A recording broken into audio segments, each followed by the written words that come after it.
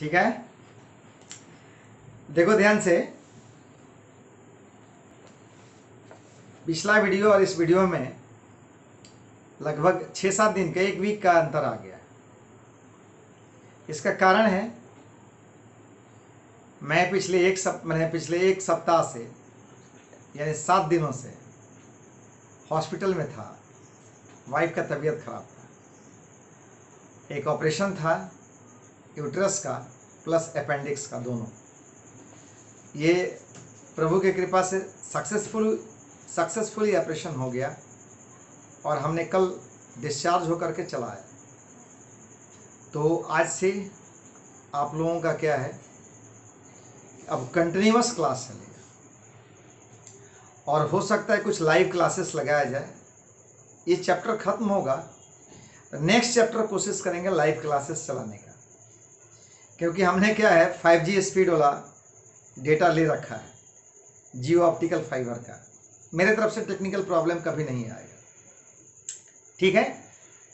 तो अब हम लोग आते हैं टॉपिक पर। ज़्यादा टॉपिक से इधर उधर बात करने से कोई फायदा नहीं है। टॉपिक हमारा है application of second law, loop rule. Application of second law या लूप रूल में हमने पहला एप्लीकेशन देखा था Wheatstone bridge. What is Wheatstone bridge? It is an electrical device which is used to measure resistance of a wire whose resistance is unknown, यानी unknown resistance of a wire। मैंने बताया था कैसे मेजर किया जाता है। इसके बाद बैलेंस ब्रिज का कंडीशन आपके सामने लाया कि P/Q इक्वल टू R/S का फॉर्म होना चाहिए। What is PQ and RS? All these are resistance of arms of the Wheatstone bridge. तो बैलेंस ब्रिज में P/Q R/S था। एक क्वेश्चन भी बनवा के दिखा दिया था कि जब बैलेंस ब्रिज रहेगा तो हम क्या करेंगे, इस पर एक क्वेश्चन और डालेंगे, वो काफी इंपॉर्टेंट है, अनबैलेंस ब्रिज का। उस केस में आप कैसे निकालोगे, उसके लिए एक फॉर्मूला हम दे देंगे आपको। बड़ी आसानी से आप क्या कर सकते हैं, उसको बड़ी आसानी से आप क्या कर सकते हैं, हैंडल कर सकते हैं, यानी बना सकते हैं। सर्किट देखिए, आंसर बना दीजिए। लेकिन इसके पहले एप्लीकेशन नंबर 2 हम देने जा रहे हैं। Application number 2, application number 1 Wheatstone bridge, ये 5 नंबर का क्वेश्चन था। एप्लीकेशन नंबर 2 व्हीटस्टोन ब्रिज नहीं, बल्कि क्या है भाई एप्लीकेशन नंबर 2 में कि 2 cells of unequal EMF are connected in parallel. 2 cells of unequal EMF are connected in parallel. Then find the equivalent EMF of the combination. यानी 2 cell जो हैं पैरेलल कॉम्बिनेशन में हैं, उनका इंडिविजुअल EMF E1 E2 है, R1 R2 क्या है, उनका इंटरनल रेजिस्टेंस है। तो इक्विवेलेंट का मतलब क्या है, उन दोनों को एक ऐसे सिंगल सेल से रिप्लेस करें जो दोनों मिल के काम कर रहे थे, वो अकेला काम करे। तो वही हम लोगों को निकालना है, expression for equivalent EMF of a cell. किसका भाई, किस सेल का इक्विवेलेंट?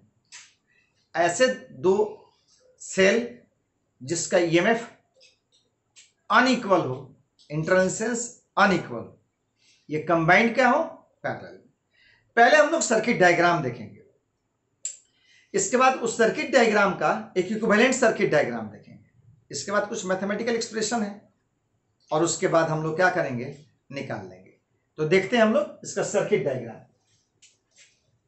तो एप्लीकेशन नंबर 2 है ये, 2 cells of unequal EMF are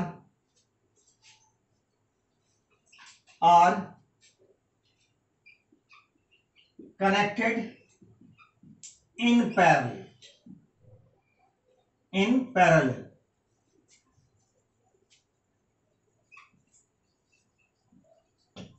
in parallel.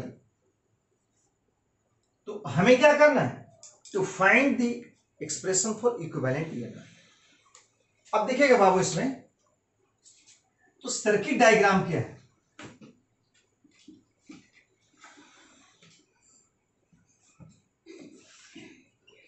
Circuit diagram देखिएगा।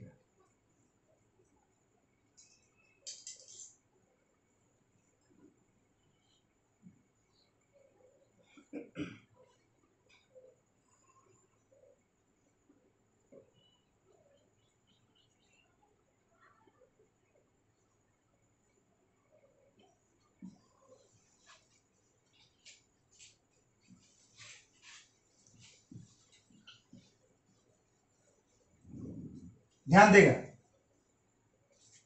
ये दो सेल्स हैं जिसके इंडिविजुअल ईएमएफ E1 और E2 है। इनका internal resistance R1 and R2। ये दोनों सेल मिल करके ये लोड रेजिस्टेंस है, और इसमें क्या कर रहे हैं, करंट भेज रहे हैं। मान लीजिए E1 वाला I1 करंट, E2 वाला I2 करंट, और टोटल करंट I है। इस प्रकार से करंट क्या हुआ, डिवाइड हुआ। आप देखो ध्यान से बाबू, कुछ नाम रख देते हैं, नोमेनक्लेचर करते हैं, A, B, C, D, E, ऐसे नाम रख दिए कुछ पॉइंट्स के, ठीक है। अब हमें क्या करना है, एक ऐसे सेल का ईएमएफ निकालना है जो दोनों मिल के जो काम कर रहे हैं, ये दोनों मिल करके, ये ई इक्विवेलेंट, ऐसा सेल जो दोनों मिल के ही काम कर रहे हैं, अकेले करे, इसलिए इसको इक्विवेलेंट कर रहे हैं। और इसका रेजिस्टेंस भी आर इक्विवेलेंट, और अकेले वो क्या करे,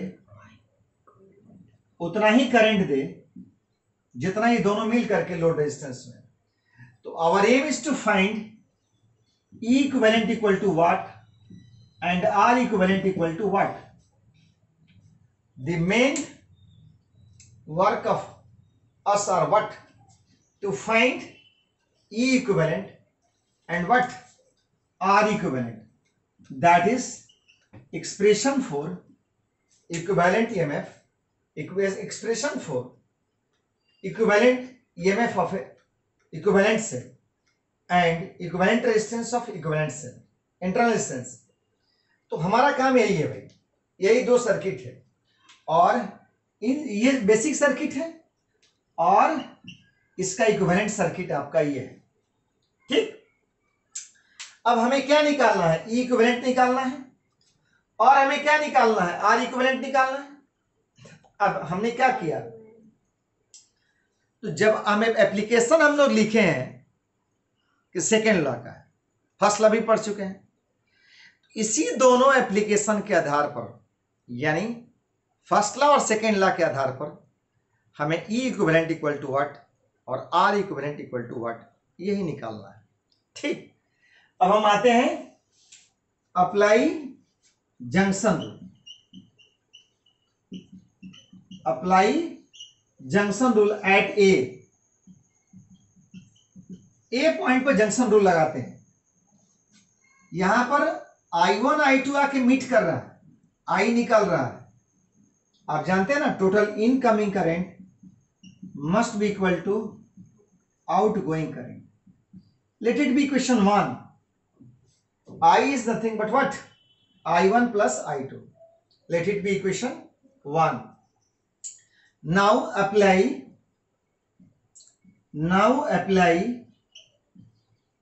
loop rule in a closed loop. Close loop दिखाइए ध्यान से, A B C D A. Now apply close loop, apply loop rule in a close loop A B C D A से चल के ए तक पहुंचना है। सब जो प्रोसेस बताया था कि when we move in the direction of current then drop of potential across resistance is taken to be negative. When we move in favor of battery, then the cell of EMF is taken to be positive. बस इस बात को ध्यान में रखें आप, current के direction में जाएंगे, ड्रॉप ऑफ पोटेंशियल को नेगेटिव लेंगे रेजिस्टेंस के क्रॉस, बैटरी के फेवर में जाएंगे, ईएमएफ उनका क्या होगा, ईएमएफ उनका पॉजिटिव लिया जाएगा, और नेट ईएमएफ क्लोज लूप में क्या होगा, zero. Net drop, net EMF नहीं बल्कि net drop of potential in a close loop is always equal to zero. तो देखिए ध्यान से इसमें क्या कहता है, आते हैं हम लोग। अब देखो ध्यान से, ए से चल के, ये तो सदा तार है, ये सिंपल वायर है ना, ये रेजिस्टेंस केवल इसमें है, तो ए से बी होते हुए सी पर पहुंचे तो करंट के डायरेक्शन में जा रहे हैं, तो ड्रॉप ऑफ पोटेंशियल कितना हो जाएगा, माइनस आई आर। अब देखिए ध्यान से, यहां से देखें I1 जा रहा, I1 जा रहा है R1 में, करंट की डायरेक्शन में है, तो माइनस I1 R1। अब देखिए ये सेल के फेवर में जा रहे हैं, निगेटिव से पॉजिटिव, जिधर सेल करंट भेज रहा उधर ही की ओर जा रहे हैं। इस केस में इसका ईएमएफ क्या हो जाएगा, E1, and net drop of potential across in a close loop is always equal to 0, is always equal to। now simplify this equation, तो this is nothing, I1 R1 is nothing, I1 R1 is nothing but what, E minus IR, and I1 is nothing but what, and I1 is nothing but what, E minus I1 IR upon क्या हो गया, R1। और थोड़ा simplify कर दे बाबू, I equal to E1, यहां थोड़ा ध्यान देना, E1 है और कहने ना E1 upon R1 minus IR upon R1। Let it be, this is I1, let it be equation 2, let it be equation 2, ये इक्वेशन 2 है, और एक इक्वेशन आपको निकाले हुए हैं कहां पर, इक्वेशन 1 है। now apply loop rule in a closed loop, now apply loop rule in a closed loop A B C E A, A B C E A to A। आइए देखिए ध्यान से, करंट के फेवर में जा रहे हैं तो माइनस आई आर, फिर देखिए माइनस I2 R2, इधर की ओर करंट जो है आपका I2 जा रहा है, इंटरनल रेजिस्टेंस इसका R2 है। अब प्लस क्या होगा, E2 इक्वल टू 0।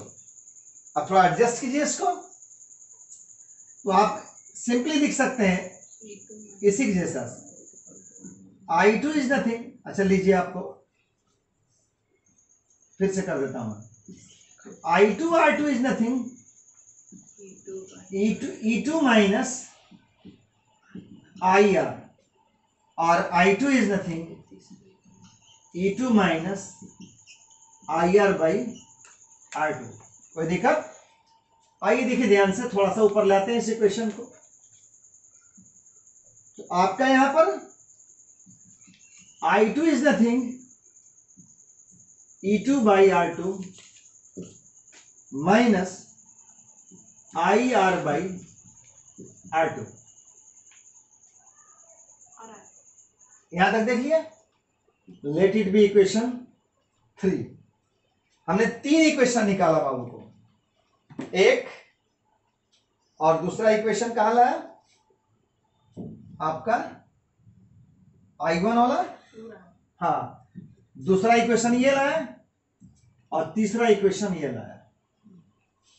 ठीक, अब आइए देखते हैं हम लोग क्या चीज।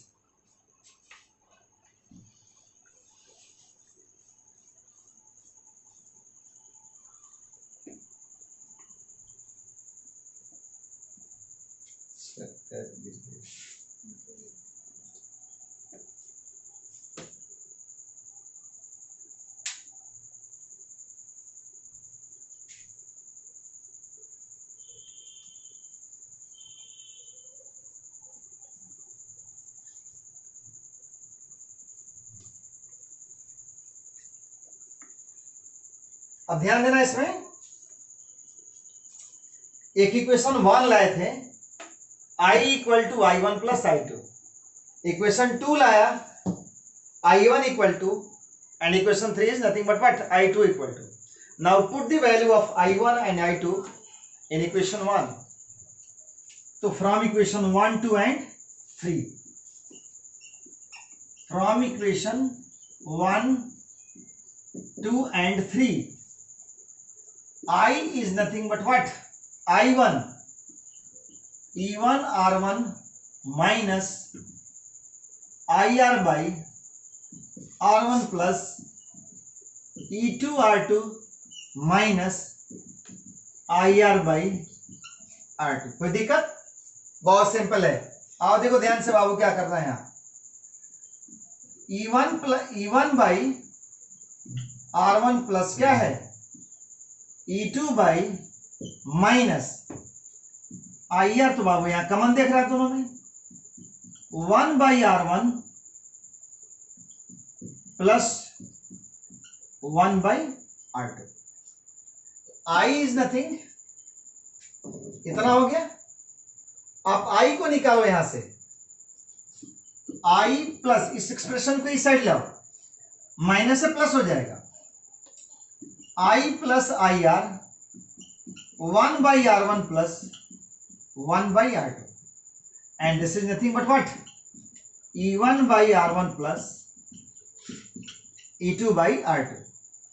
I कमन है बाबू, ले लेगा यहां पर, तो कमन लिया 1 प्लस क्या है 1 plus R times R1 plus R2।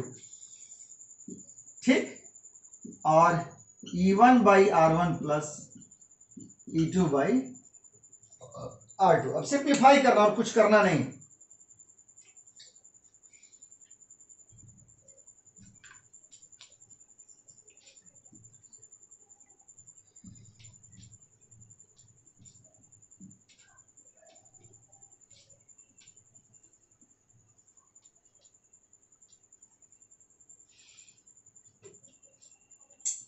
देखो ध्यान से, इसमें क्या करना है फिर।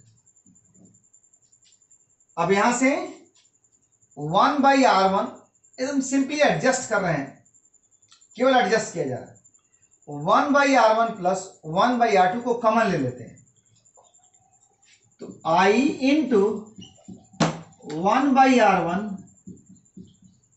कॉमन ले लिया, तो कॉमन लिया में, कॉमन लेना मीन्स डिवाइड करना, ये तो यहां नीचे आ जाएगा, तो यहां R प्लस क्या हो जाएगा, R हम लोग पहले लिख लेते हैं, प्लस क्या हो जाएगा 1 by R1 plus 1 by R2 का -1। सिंपल है तो, and this is nothing but what E1 by R1 plus E2 by R2। हमने कुछ नहीं किया, इसमें से इतना को कॉमन निकाल लिया। कॉमन लेना मीन्स डिवाइड करना, तो 1 बटा इतना करेंगे, इसलिए वहां पर क्या किया है माइनस कर दिया है। तो now I is nothing, I equal to क्या होगा बाबू का, अब आइए देखिए ध्यान से, I इक्वल टू क्या होगा, इसको देखा जाता है बढ़िया से। तो E1 थोड़ा सिंप्लीफाई कीजिए इसको, इसको इसको इन दोनों को सिंप्लीफाई कीजिए, सिंपली इसको छोड़ दीजिए ऐसे, इन दोनों का सिंप्लीफाई कीजिए। तो दोनों को सिंप्लीफाई कीजिएगा तो होगा क्या, R1 प्लस R2 बटा R1 इंटू R2 होगा, और R plus 1 by R1 minus 1, simplify कीजिए, E1 R2 plus E2 R1, R1 into R2, R1 into R2, R1 into R2 क्या हो गया, कैंसिल हो गया, सिंपल है। अब आते हैं फिर, ये 5 नंबर का क्वेश्चन रहता है, ध्यान रखिएगा, कई बार आ चुका है, ध्यान रखिएगा। इसका जो रिजल्ट है वो काफी इंपॉर्टेंट है कंपटीशन के लिए, काफी इंपॉर्टेंट है कंपटीशन के लिए, क्योंकि इस पर क्वेश्चन पूछता है और वही क्वेश्चन लगता है कि काफी भारी है, काफी कॉम्प्लिकेटेड है, काफी जटिल है। ठीक, अब देखा जाए ध्यान से, तो आई को सब्जेक्ट बना देते हैं। अब देखा जाए ध्यान से, तो E1 R2 plus E2 R1 बटा में R1 प्लस R2 और R plus 1 by R1 plus minus 1। आई अब सेट कीजिए थोड़ा सा, I equal to E1 R2 plus E2 R1 बटा R1 plus R2 upon R plus upon R plus, आप इसको रखें R1 प्लस माइनस 1। थोड़ा इसको हल ही कर दीजिए, अच्छा रहेगा, अच्छा रहेगा। I बराबर E1 R2 plus divided by R plus, देखा जाए ध्यान से, R1 प्लस R2 बटा माइनस 1 इनवर्स। और हम लोग क्या लिख सकते हैं भाई, थोड़ा सा इसको, अब देखिए कितना, इसको इनवर्स नहीं, अब सही कीजिए, इसको सही कीजिए,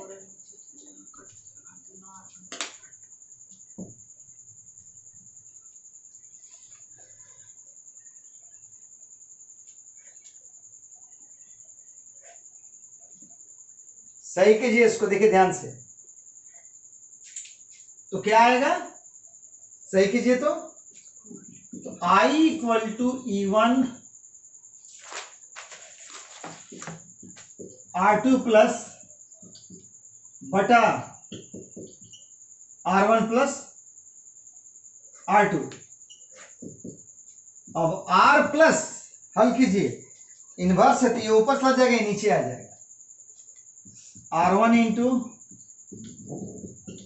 R1 प्लस, यही हो गया इफेक्टिव करंट। मैंने इसका इफेक्टिव सर्किट यानी इक्विवेलेंट सर्किट क्या बनाया था, ये था E इक्विवेलेंट, ये था R इक्विवेलेंट, और ये था लोड रेजिस्टेंस R, ये करंट I था। बताया था ना इफेक्टिव करंट क्या होगा, I equal to E equivalent बटा R प्लस R इक्विवेलेंट। ध्यान दीजिए, ये दोनों एक्सप्रेशन सेम है, ये A मान लीजिए, ये B, तो from A and B compare कर दीजिए, E इक्विवेलेंट की जगह पर कितना है और R इक्विवेलेंट की जगह पर, इंटरनल रेजिस्टेंस का इक्विवेलेंट की जगह पर इतना है, R तो यहां है, तो कहता है कि फ्रॉम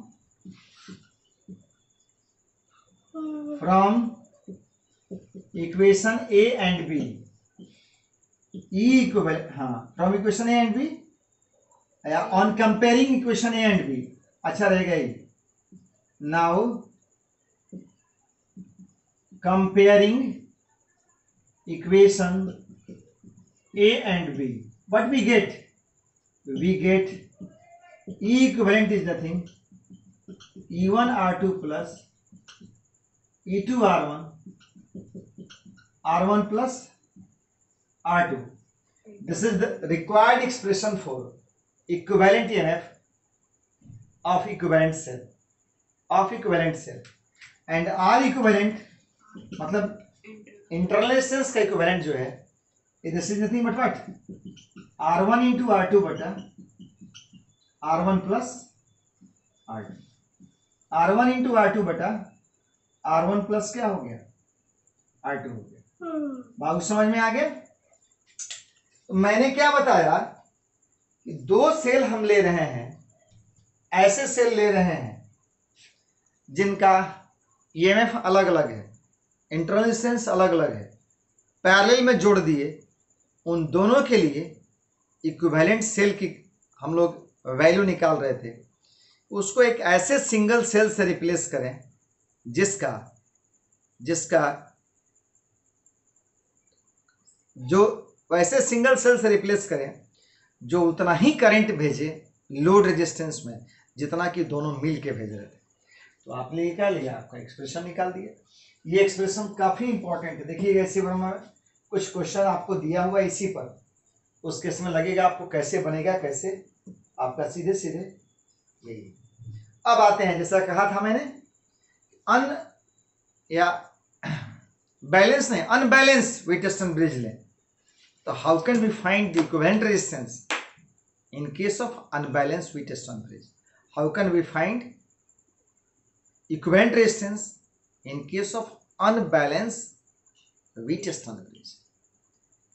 प्रोसेस है एक, लेकिन बोले ना कि एक बार हम आपको इक्विवेलेंट के लिए एक्सप्रेशन निकाल देंगे, एक क्या करेंगे, फॉर्मूला दे देंगे और उस फॉर्मूला पर केवल सर्किट देखिएगा, आंसर लिख दीजिएगा, यानी कहीं प्रोसेस में जाने की जरूरत नहीं। तो हम लोग आते हैं क्वेश्चन जो है किस पर, अनबैलेंस व्हीटस्टोन ब्रिज पर।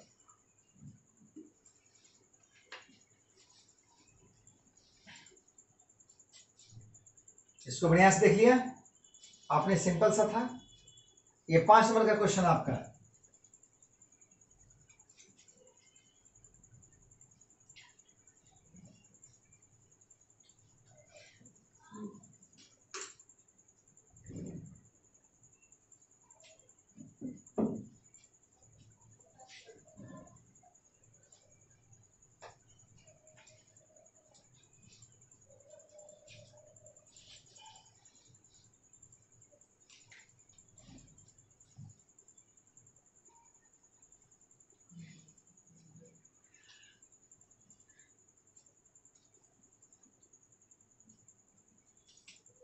देखिए ध्यान से,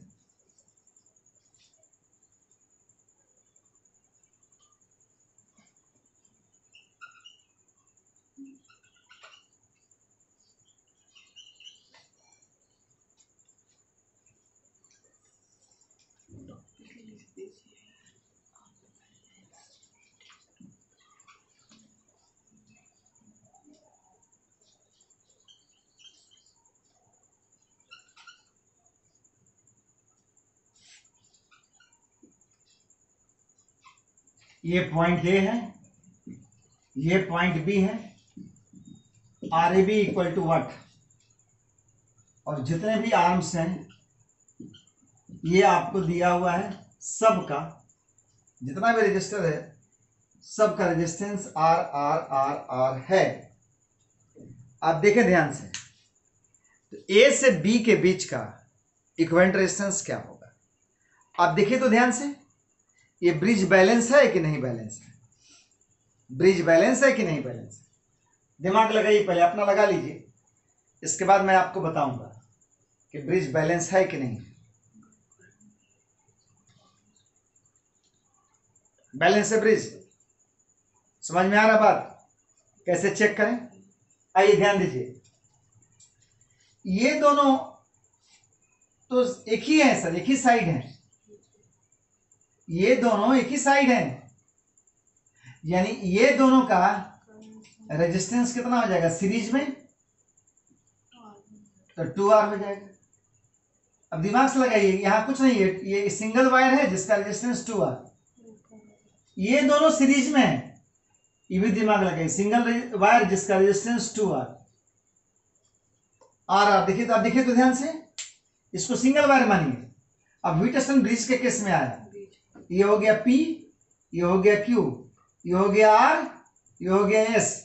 तो P equal to R, Q equal to 2R, तो R by 2R, S by यहां पर है, तो P Q R, R का वैल्यू 2R और ये S का वैल्यू R, तो क्या देखिए R by 2R, 2R by R, R by 2R, R by 2R और 2R बाई R, तो 1 बाई 2, 2 बाई 1, ये ब्रिज बैलेंस नहीं है।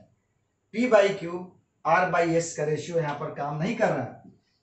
P इक्वल टू R है, Q इक्वल टू 2R है, R equal to R equal to क्या है, R equal to 2R है और S इक्वल टू R है। तो P by Q, R by S का रेशियो जो है ये हो गया कितना, R बाई 2R और 2R बाई R, ये आपका बैलेंस नहीं है, बैलेंस नहीं है, आपको इसको निकालना होगा। अब आपको निकालने के लिए इसमें लूप रूल लेना होगा, और ये तो हम एक वेरिएंट रेजिस्टेंस के लिए एक्सप्रेशन निकालने जा रहे हैं, लेकिन अब इसके किसी भी ब्रांच से करंट पूछेगा तो आप आराम से निकाल देंगे। हम प्रक्रिया लेके चल रहे हैं, आप देखें, और हम लोग क्या करते हैं, इक्विवेलेंट रेजिस्टेंस का एक्सप्रेशन निकालने जा रहे हैं।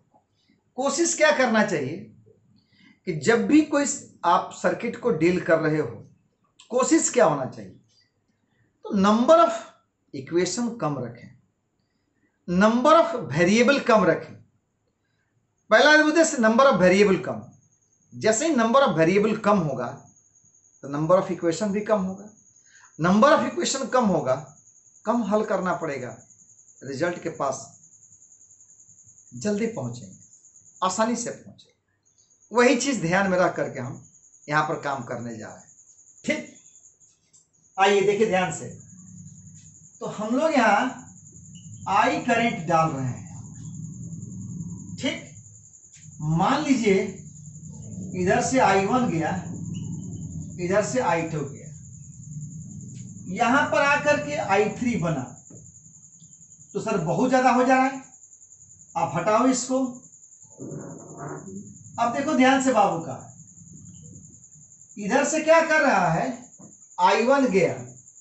ठीक, तो हम लोग वेरिएबल कम करने के लिए I माइनस क्या किए, I1 कर दिए। I लिए थे टोटल करंट, I1 निकल गया, I माइनस I1 गया। इधर से मान लेते हैं I2 निकल गया, इधर से कितना बचा, इधर से I2 निकल गया, I1 माइनस I2 इधर से, और इधर से क्या हो गया, I2 आ रहा है इधर से, I माइनस I1, तो I minus I1 plus I2। देख लीजिए ध्यान से, इधर जुड़ गया क्या चीज, I2, इधर से I माइनस I1 आ रहा था, जुड़ गया। यहां पर क्या जुड़ गया भाई, गड़बड़ कर दिए। हाँ sir, I minus I1 plus क्या है ना, I2 प्लस I2 है। अब देखिए I निकल जाएगा, क्योंकि इधर से क्या आ रहा है सर, I देखिए यहां पर, इधर से जोड़िए, इसमें जोड़िएगा किसको, ये क्या आ रहा है सर, I1 माइनस I2, इसमें प्लस कीजिए I, तो माइनस I1 से ही कट जाएगा, प्लस से ही कट जाएगा, और केवल क्या बच जाएगा, I बच जाएगा।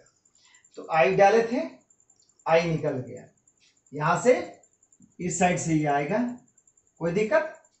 करंट डिस्ट्रीब्यूशन क्या देखे, I डाले, I1 इधर से निकाल लिए, बाकी बचा करंट इधर से आएगा।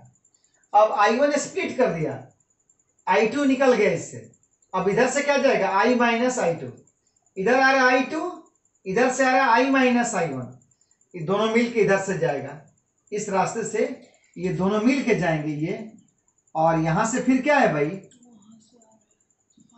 अब फिर इधर से आएगा, दोनों को जोड़ दीजिए, फिर आई निकल जाएगा। करंट डिस्ट्रीब्यूशन देखिए।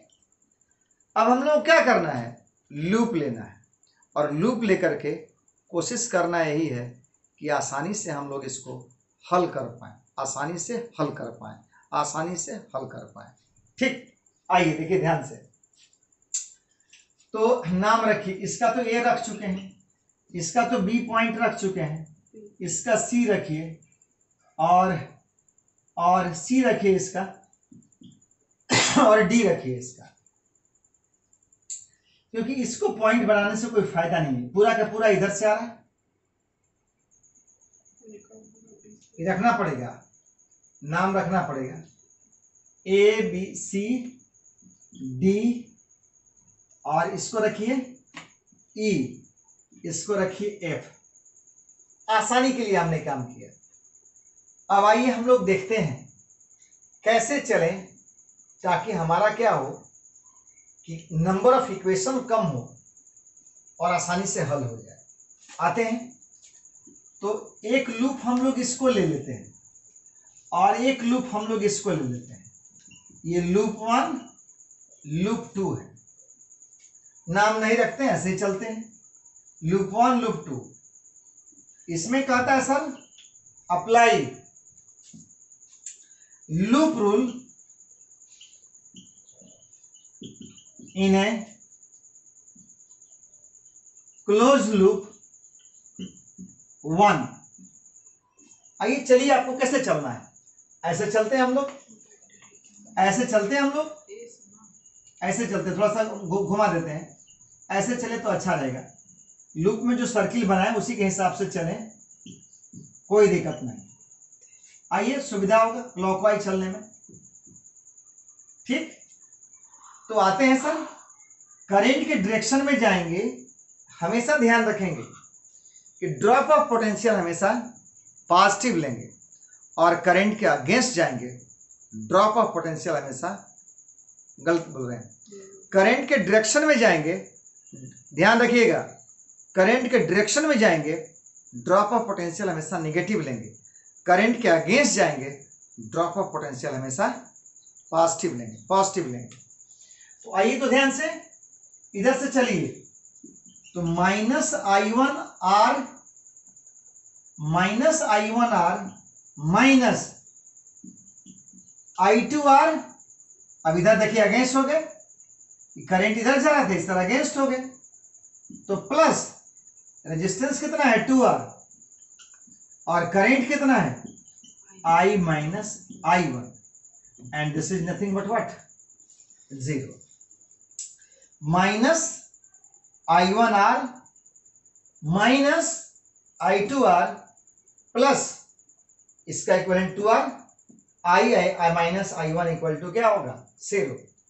अब देखो ध्यान से मैं क्या बोल रहा हूं सर, आओ देखो एडजस्ट करो, R R R तो चला गया, माइनस माइनस माइनस कमन ले लीजिए, माइनस ये चला जाएगा, तो I1 प्लस माइनस कमन ले थ्रू आउट, कमन लेके फेंक दिए उधर, तो I1 प्लस 2I2, ना I1 प्लस I2, ये तो I2 ना है, यहां क्या है 2 plus 2I minus 2I1 equal to 0।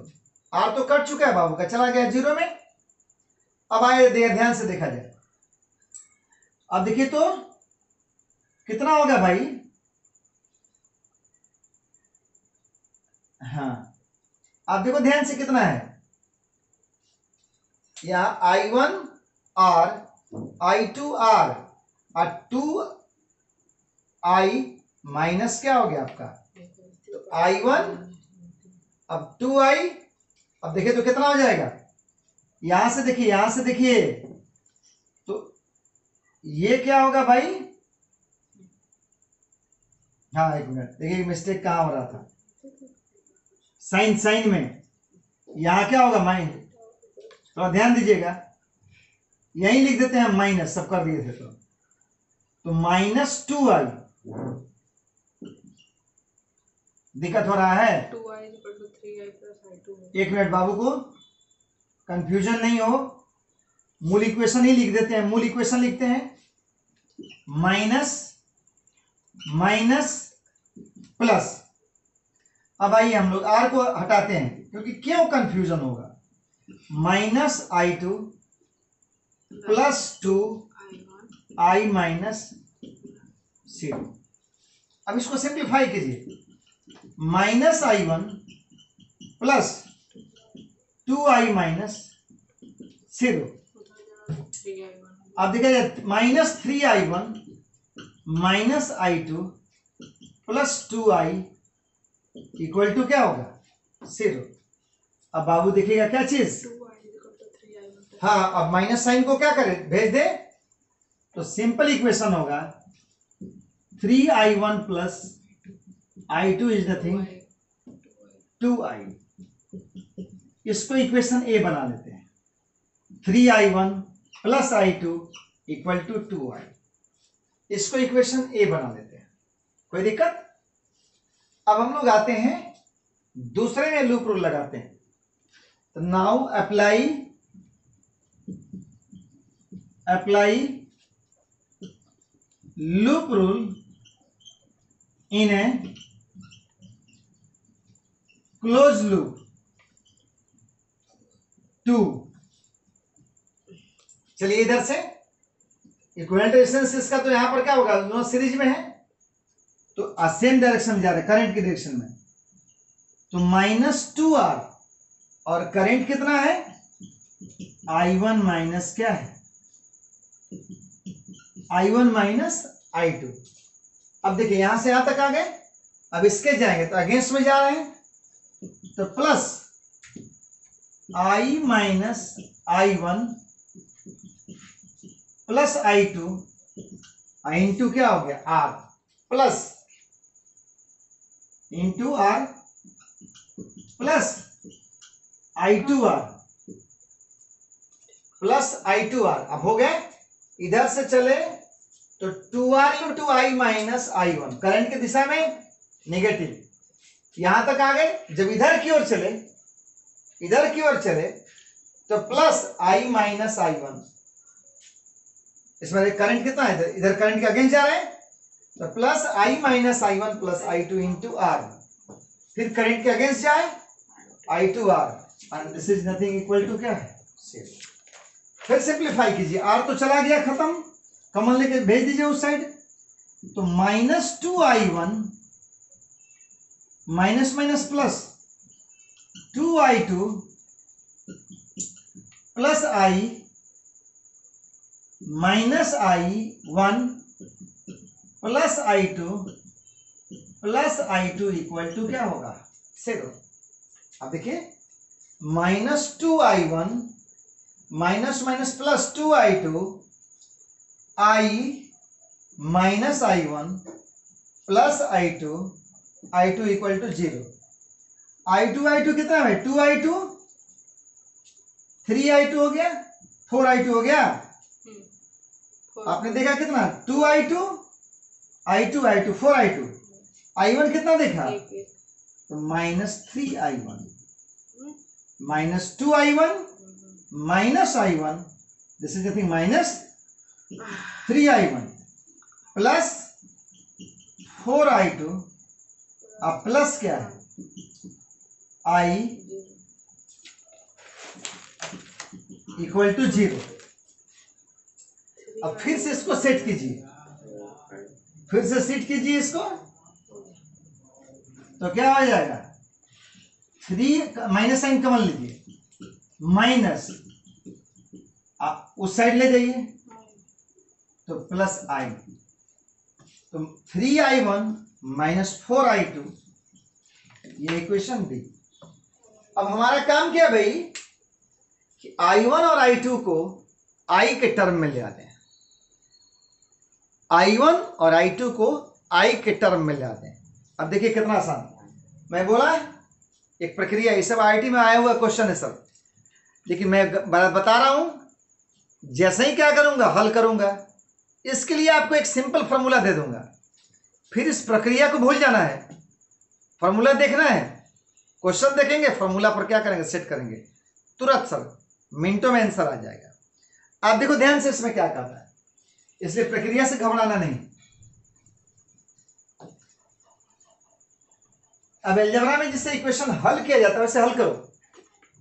आप देखो यहां पर 3i1 i2 2i है प्लस 3, यहां क्या करेंगे, घटा देंगे, इक्वेशन ए से इक्वेशन बी को घटा देंगे तो माइनस कट जाएगा बाबू, i2 आ जाएगा। नाउ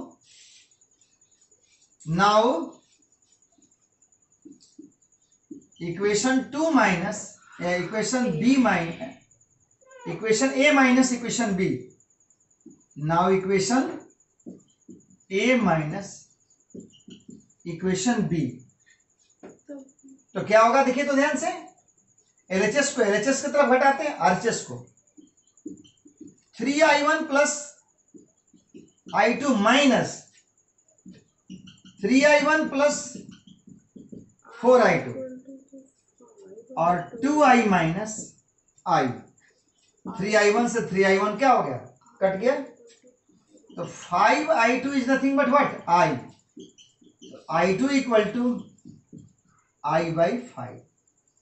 जब i2 निकल गया, i1 आसानी से निकल जाएगा, किसी एक इक्वेशन में रखते हैं, ठीक। अब देखिए ध्यान से इसमें,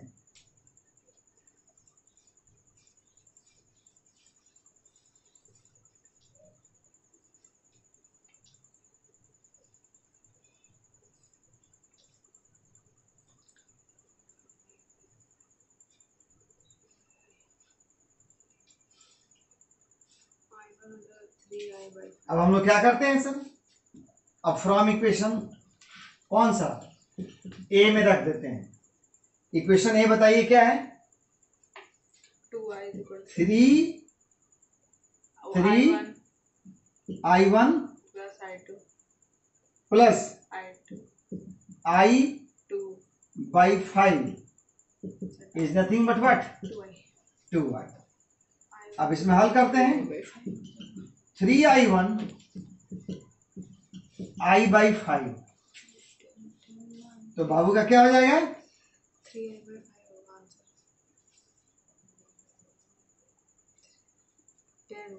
9 by 5 3 कट जाएगा, 9 3 by 5, ध्यान दिया जाए तो कितना आएगा, 3i by 5। आइए देखिए ध्यान से, 3i1 5 दूना 10 घट गया 9 3 से कट जाएगा, i by 5, i1 equal to 3i by, और i2 इक्वल टू, एक बार जरूर चेक कर लीजिएगा थोड़ा सा, कहीं कोई मिस्टेक तो नहीं ना हुआ है, कहीं कोई क्लरिकल मिस्टेक नहीं ना हुआ है। यहां तो हमने क्या किया था, घटा दिया था, i बाई 5 हो गया था, यहाँ इक्वेशन ए को हम मिटा दिए हैं, यहाँ पर क्या है इक्वेशन ए में, इक्वेशन ए कितना निकाले थे, 3i1 plus i2 is equal to 2i। 2i, 3i1 plus i2 is nothing, देखते हैं, वैसे लग तो रहा है कि सही है, लेकिन देख लेते हैं, पता चल जाएगा आगे बढ़ेंगे तो। अब क्या करना, i1 i2 निकल गया, अब इक्विवेलेंट निकलते हैं, अब इक्विवेलेंट आते हैं, अब हम लोग पोटेंशियल डिवीजन मेथड से आते हैं। अब आपका i1 i2 का मान हम लिख देते हैं,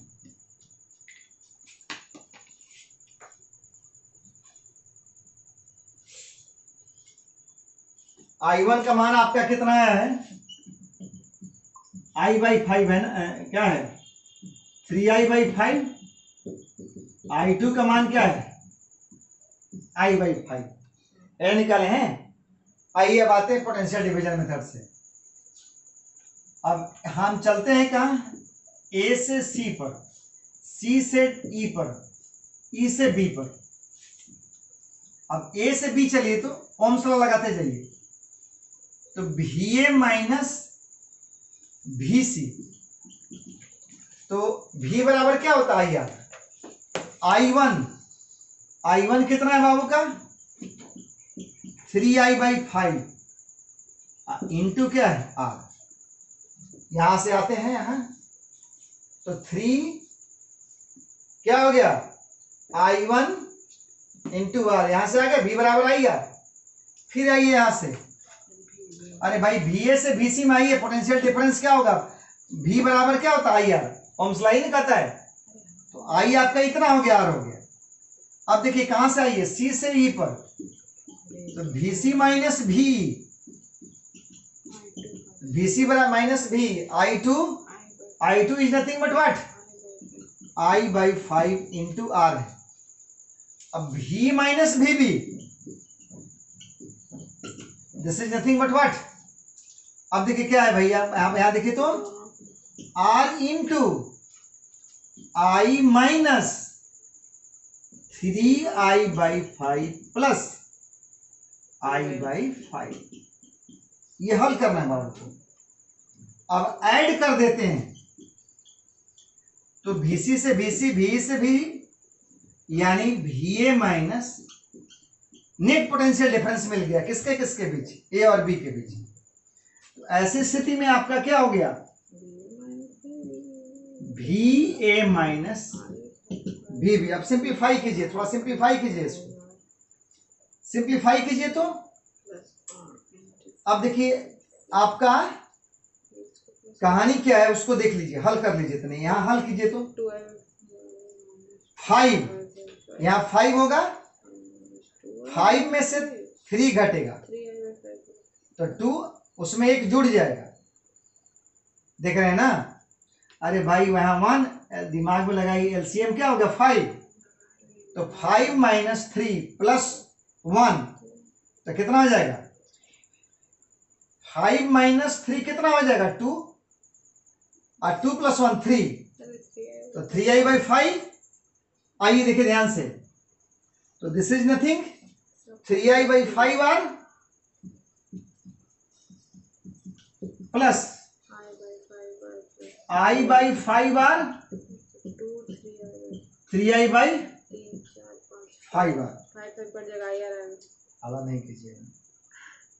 तो VA minus VB is nothing IR/5 common ले लेते हैं हम लोग, तो 3 प्लस 1 प्लस 3, तो कितना हो गया बाबू का,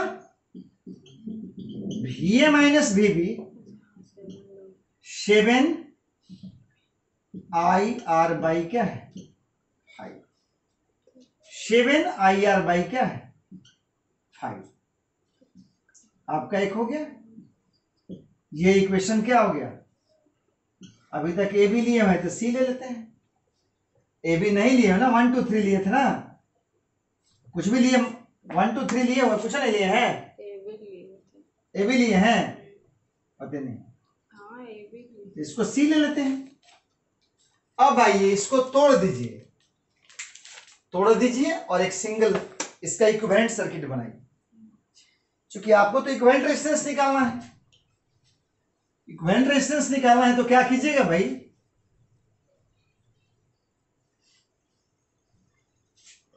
आइए देखिए ध्यान से, आपको क्या करना है, यहां पर सभी तार को तोड़ के और एक सिंगल तार लगाना है, यही हो गया आर इक्विवेलेंट। आई से करंट क्या जा रहा है आई, तो यहां पर क्या होगा VA माइनस VB, आई इंटू क्या होगा, इसको D मान लीजिए equation,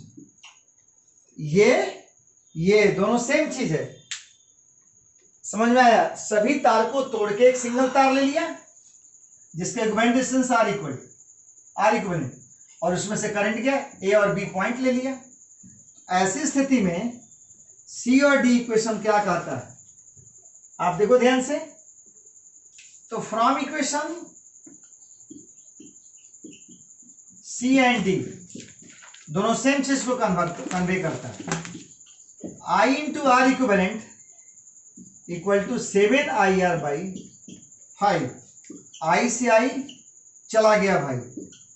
R equivalent is nothing 7R/5। अब इतना काम किए हैं तो आपको अब हम ये बताएं कि कैसे आसानी से बिना इस प्रक्रिया को अपनाए आप सर्किट को हल कर सकते हैं। यानी अब इसके लिए आपको एक टेक्निकल फार्मूला हम दे रहे हैं, एक छोटा सा फार्मूला दे रहे हैं जो बिना प्रक्रिया के आपको रिजल्ट तक पहुंचाएगा, निष्कर्ष तक पहुंचाएगा।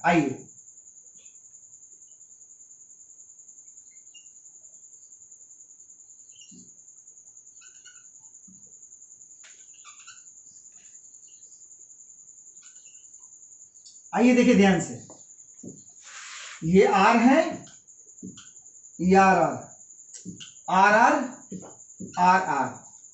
अब देखिए इसके लिए हम क्या फॉर्मूला देते हैं, R equivalent equal to 3n+1 n+3 into R। What is n? n क्या है? Number of times bigger is greater than smaller one. Number of times bigger is greater than smaller one. एकदम simple concept. Number of times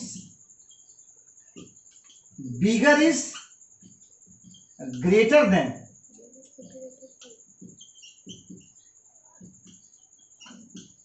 smaller one.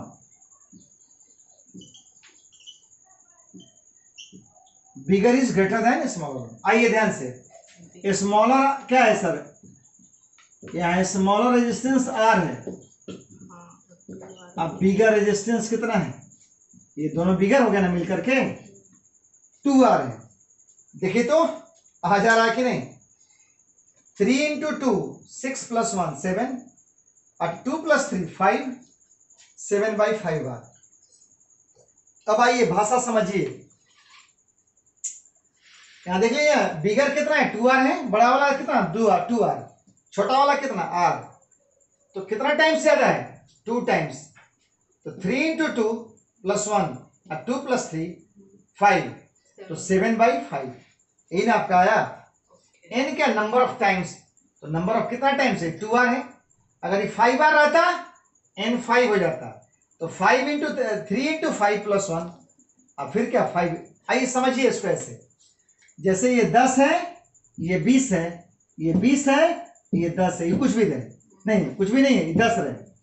आइए ध्यान दीजिए मैं क्या बोल रहा हूं। ये 10, ये 20, ये 20, ये 10, ये 10। तो नंबर ऑफ टाइम्स कितना है भाई? बिगर 2 टाइम्स। तो ये कितना हो जाएगा?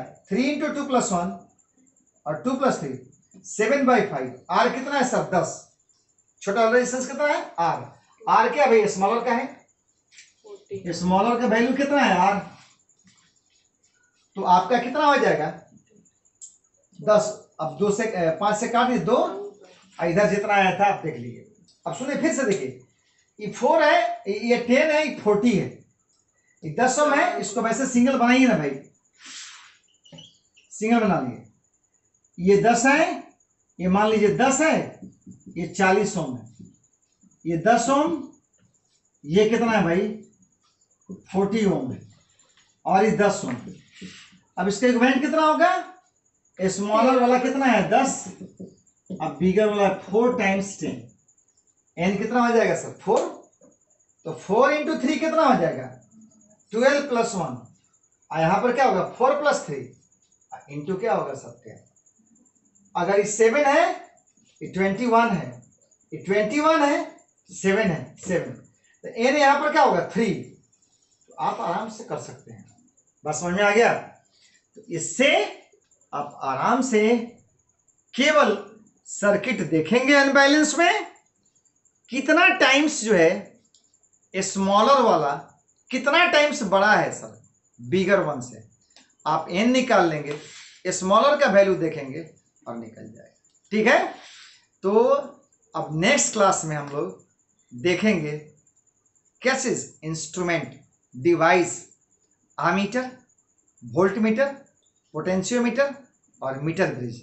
Ammeter, voltmeter, potentiometer, meter bridge. तो संभवतः हम लोग आमीटर और वोल्टमीटर इस पर क्वेश्चन बेस्ड जो है उसको नेक्स्ट क्लास में देखेंगे। अब कोशिश रहेगा क्लास आपका एकदम डिस्टर्ब नहीं होगा, कोशिश यही रहेगा रेगुलरली आपके साथ हम रहें और लाइव जल्द से जल्द बने, क्योंकि अब टेक्निकली प्रॉब्लम हमारे पास नहीं। Thank you.